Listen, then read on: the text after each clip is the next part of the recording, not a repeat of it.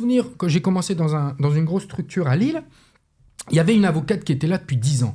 Elle rêvait de devenir associée. Puis à un moment donné, il y a un type qui est arrivé, je crois qu'il est arrivé de Bordeaux.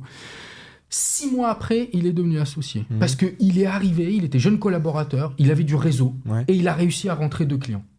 Tu vois, 2 clients institutionnels. Et tout de suite, on l'a associé. Ouais. Donc, en réalité, on peut t'associer aussi parce que t'es fidèle, parce que t'es bon, etc., parce que tu produis bien. Ouais, mais à un moment donné, il y a une réalité économique qui fait qu'on t'associera aussi, par exemple, parce que tu as ramené X nombre de clients. Et puis, deuxième chose, comme dit Vanessa, c'est aussi ton indépendance qui se joue. Le jour, en réalité, où ça se passe pas bien, bah, tu as cette indépendance-là, tu as cette faculté-là de dire « Ah, ok, bon, bah voilà, vous voulez pas, très bien, bah, je m'en vais. » Voilà. Et ça, voilà, ça met du temps. Moi, je sais que j'ai mis plus de 5 ans à avoir ma clientèle. J'hallucinais d'avoir fait autant d'études pour être payé au SMIC. Hein. Enfin, parce que parfois, c'était ça. Hein. Tu démarres. Mais voilà, tu démarres. Et il faut faire cet effort-là. Parce qu'aujourd'hui, parfois, alors, pardon si je parle comme un vieux con, mais parfois, les jeunes, ils arrivent et ils veulent tout de suite gagner X euros très, très vite. Aujourd'hui, on veut trop vite les choses. Donc, apprendre la patience et puis aussi apprendre le fait de commencer, en effet, à développer, c'est primordial.